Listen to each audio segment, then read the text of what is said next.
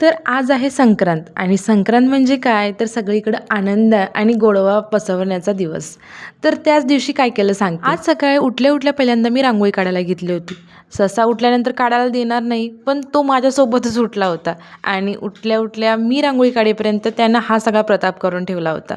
तर कुछ पाने के लिए कुछ तो खोना पडता है. तर मी आज ही माझी सगळी रांगोळी गमावली होती. लेकाची सकाळपासून एवढी मस्ती चालू होती ना, तो आत्ता काहीचं गप बसला होता आणि तो का गप बसला असेल कोणी गेस करू शकेल का? आणि संक्रांत आहे म्हटल्यावर सगळ्यांना संक्रांतीच्या खूप साऱ्या शुभेच्छा. तर रात्रीच्या जेवणाला काय करायचं ते चला बघू, असं मी आता बोलत होते. मग आज करायला घेतले होते मी वडे. तर कोण घाऱ्या बोलतं, तर कोण म्हणतं वडे. तर तुमच्या इकडं काय बोलतात ते सांगू शकता. काही ठिकाणी पुरणपोळ्या करत असतील, पण आमच्या इकडं तर ते वडेच करतात.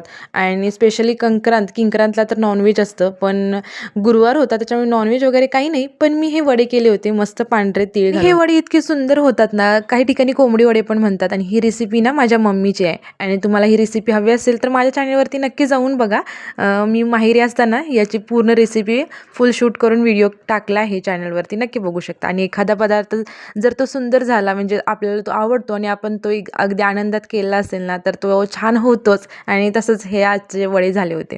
आणि हे माझे सख्खे शेजारी मलाच तिळगुळ द्यायसाठी थांबलेत की काय असं मला वाटत. पण झालं होतं असं, एका हळदी कुंकूचा कार्यक्रम होता तर मी तिकडे गेले होते, त्याच्यामुळे मी एकटीलाच मला त्यांनी तिळगुळ द्यायचे राहिले होते. बाकी सगळ्यांनी एकमेकाला तिळगुळ देऊन झाले होते.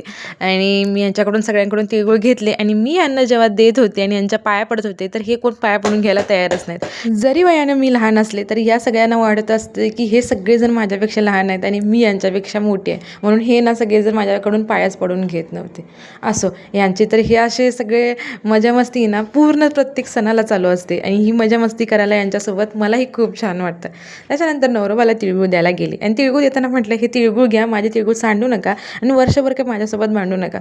तर नवरा म्हटला, तू बास चल घे माझ्याकडून तिळगुळ. आणि मी अजून काय बोलणार याआधी माझ्या तोंडात तिळगुळ टाकून रिकामी झाले. तर मी म्हटलं आता मला दिलेच तोंडात तर चला मी पण देऊन टाकते. त्याच्यानंतर आबीला पण तिळगुळ दिले. आबीने छान असा नमस्कार केला आणि संक्रांतीच्या गोड दिवसाचा गोड शेवट हा असा आबीची पप्पी घेऊन केला. तर आजच्या दिवसापुरतं एवढंच. बाकी माझे व्लॉग आवडत असतील तर नक्की लाईक करा आणि नवीन असाल तर फॉलो करायला अजिबात विसरू नका. भेटू पुढच्या व्लॉगमध्ये. तोपर्यंत बाय बाय.